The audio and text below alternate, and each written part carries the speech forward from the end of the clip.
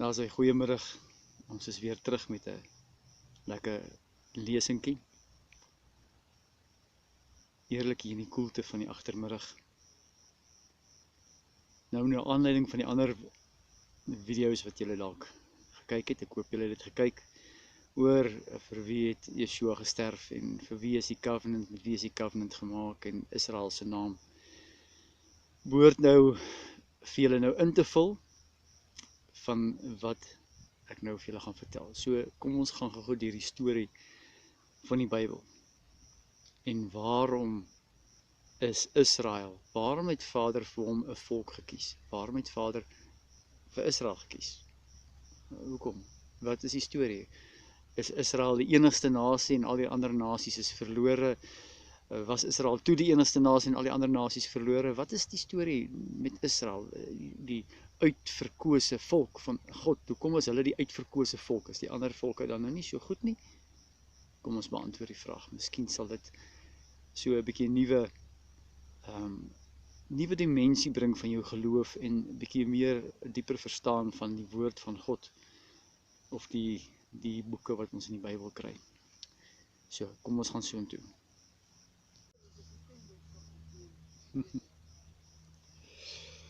So kom ons begin aan die begin van die storie. In die begin het Elohim die hemel en die aarde gemaak. En in Genesis 1 sien jy, daar word Adam gemaak, of die mens gemaak, en daar word vir hulle gesê, gaan, vul die aarde, vermeerder en vul die aarde.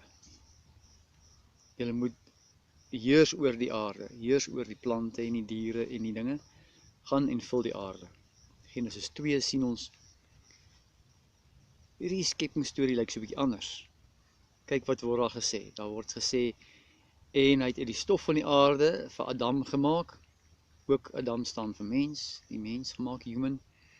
Maar wat sê hy vir die Adam? Hy sê, hy vat hom en hy gaan plaas hom in die tuin wat hy geskep het. Maar hy het nog nie eens 'n vrou nie. En nou moet Adam al die diere name gee en allerlei dinge. En nou kom God eers agter, maar wag so 'n bietjie, hierso is nou nie, hier's 'n probleem, hy het iemand nodig en hulle maak vir 'n vrou. Ja, kom ons gaan aan met die storie. So Adam en sy vrou, eintlik Eva, bring die sonde in. Adam sondig saam met haar. En hulle word uit die tuin uitgeskop. Hulle het kinders, Kain en Abel, ander dogters en seuns ook. Maar Kain slaan vir Abel dood en Kain kry 'n merk, sodat ander mense hom nie doodmaak nie. Ander mense hom nie doodmaak nie. Wie is die ander mense? Genesis 1. Daar's ander nasies, ander mense wat gesê is, gaan vul die aarde. Right. Goed, so gaan die mense, nou gaan ons na Noag toe. Kom ons by Genesis 6, en die aarde is gevul, en die aarde is vol onreg en korrup en so aan, want die engele van God, die seuns van God het afgekom, en hulle het gesien hierdie dogters van die mens is mooi, en toe het hulle dogters geneem, en hulle die mens gekorrupteer. En Vader sien, maar okay, hierso is Noag, hy is nou regverdig in al sy generasies, sy saad is skoon, kom ons gebruik hom, en hy en sy 3 seuns en sy vrou word geneem, en word hulle gesê, gaan julle in die ark in, sy 3 seuns kry vroue. Goed, en ons ken die storie, die aarde word gevul met water, en die ander mense verdrink, en hier kom Noag en sy mense uit die ark uit, en hulle vermeerder en vul weer die aarde. So Shem, Ham en Jafet, die 3 seuns, en hulle vorm die 3 volke wat op sekere plekke bly. En hier kom ons nou by Abraham se mense uit. So Shem, wat Noag se seun is, hy staan nou bekend as Melchisedek. Hy is die priester van Salem. Salem is vrede. Salem was die stad wat ons vandag ken as Jerusalem. So hy is die priester, hoëpriester van God van hemel en aarde, en hy tree op as die priester van God. So Abraham ontmoet vir Melchisedek, daar word tiendes gegee, julle ken die storie. Maar wat belangrik is, in die tyd wat Abraham nou nog jonk is Nimrod besig om te regeer. En Abraham se pa, hy is die maker van Nimrod se afgode. So die storie daar ook, as jy in die apokryfe geskrifte lees, jy sien Abraham het nou vir sy pa gesê, maar wat so goeders is hierdie, en hulle kan nie leef nie, of hulle kan nie eet nie, of hulle kan niks doen nie, en hy vat die hamer en hy slaan hulle stukke en sit die hamer in die grootste afgod se hand, en toe sy pa van vra, wat het hier gebeur, toe sê hy vir hom, maar daai groote het hulle almal doodgeslaan, en hulle verwoes, omdat hulle sy kos wou eet, gaan lees die vir jou die storie daar in Jubilees of in Jasher. Dis nie nou belangrik nie, wat belangrik is dat Abraham het geleef in die tyd van Nimrod, jy moet dit verstaan. Die wêreld het toe op daai stadium toe nou weer gekorrup geraak. Is die tyd wat die toring van Babel gebou is en die land en die volke toe nou versprei is, nou net daarna, toe nou 70 nasies gemaak is. 70 nasies geskep is uit hierdie volke.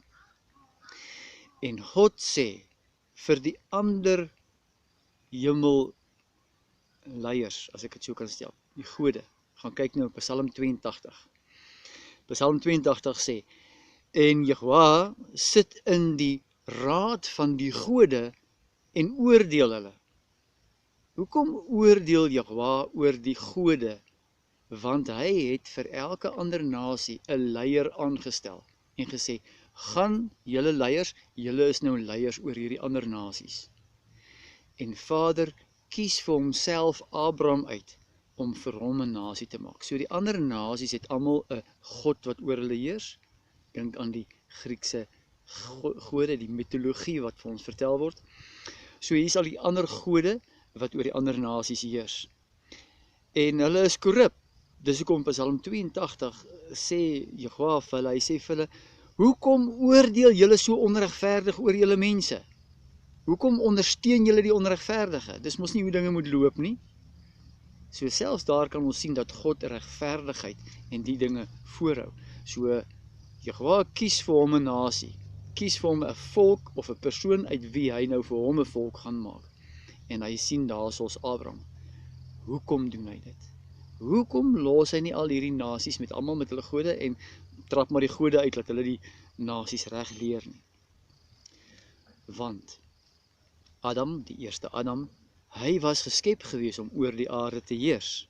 Hy was geskep gewees om die koning te wees wat moet heers oor al hierdie ander volke.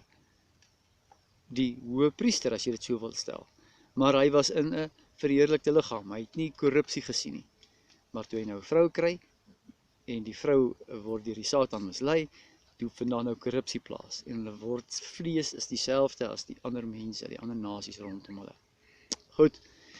Nou kies Vader vir hom 'n nasie, want hy moet weer die wêreld herstel. Hy moet al hierdie nasies wat nou onder hierdie gode lê eintlik, hulle is eintlik nou onder hierdie gode se terrible reign. Hy moet al hierdie nasies red, want al die mense syne, hy sê vir Israel in Exodus, en nou kom ons daar. Abraham, ons gaan nou so intoe. So Abraham, vir hom word die belofte gegee, jou saad, jy sal baie nasies wees. Jou saad, in jou saad sal daar baie nasies wees. En in jou saad sal al die ander nasies geseënd wees. So, Abraham se saad het Ismael, Islam, en Abraham se saad het dan nou Isak en Jakob. Jakob wat Israel is, wat ons vandag ken, wat julle vandag ken as die Jode, anders doen vandag ons met daai term ook reg kry. En dan moet Vader nou hierdie aarde herstel. So wat doen hy met Israel? Hy kies, vir julle is 'n nasie, Exodus 20 vers 5 tot 8, hy sê vir Moses, sê vir die volk, as julle al my insettinge en al my verordeninge onderhou, dit deeglik onderhou, dan maak ek van julle 'n spesiale volk, bo al hierdie ander nasies, want die hele wêreld is myne, al die wêreld, al die nasies, alles is myne, maar ek maak vir julle 'n spesiale volk bo al die ander nasies. Julle sal die priesters wees, wat al die ander nasies na my toe moet lei. Al die ander nasies sal na julle toe kom, vir wysheid en vir priesterlike dienste, wat ook al dit is, om te gaan offers doen voor God, om navraag te doen by God, om te hoor wat God wil sê. Maar hulle moet die priesters wees en die rykdom van God se genade aan die ander volke bring, deur hulle te leer wat dit is om regverdig in God se Torah te leef. Torah instruksies. So God, Jehova, kies vir hom 'n volk, maar daardie volk Israel moet ook nou in daai volk Israel moet daar ook 'n hoëpriester kom, want onthou die hoëpriester moet in die tempel dien. So Israel dien nou as 'n skadu vir die groter prentjie. Israel, 12 stamme, net een van die stamme word die priesters, die Lewiete. Hulle word nou die priesters. So dit is die skadu vir die groot prentjie. Die Lewiete wat die priesterdom is, sal nou later die hele Israel wees wat die hele wêreld se priesters moet wees, of vir die hele wêreld as 'n priesterdom moet optree. So dis nie dat God vir hom 'n volk gekies het en hulle is nou sy wit broodjies en die ander volke is nou niks vir hom en hy wil die ander volke nie hê nie en die ander volke is vir hom drek en is ongelowigheid en hy gooi hulle weg nie. Nee. Alles behoort aan God. Al die nasies behoort aan ons God. Maar hy kies vir Israel om vir hom 'n priesterdom te wees. Nou kies hy nog die moeilikste en die hardnekkigste en die mees korrupte, ek weet nie, nasie. Hy sê vir hulle, ek het julle nie gekies omdat julle die sterkste is of omdat julle die mooiste is of whatever nie. Hy sê julle is hardnekkig. Maar hy het 'n nasie gekies om as priesterdom te dien. Goed. So die hoëpriester kom uit Israel uit. Yeshua word gebore, die seun van God. Gaan lees Enoch. As jy sien in Enoch hoofstuk 80, praat hy daarvan, nee, ekskuus nie 80 nie, hoofstuk 65 dink ek. Praat hy daarvan, hy sê, Enoch sê vir die engel, maar wie's daai seun van die mens, seun van Adam, wat saam met die oue van daar rondloop? En die engel sê vir my, maar het jy nou nie geweet nie? Dis die seun, dis sy seun. Right, so die seun van God, vir hom is almos nou beloof dat hy die koning van die aarde sal wees, dat hy oor die aarde sal heers, dat almal aan hom, almal hom sal dien, almal aan hom gehoorsaam sal wees.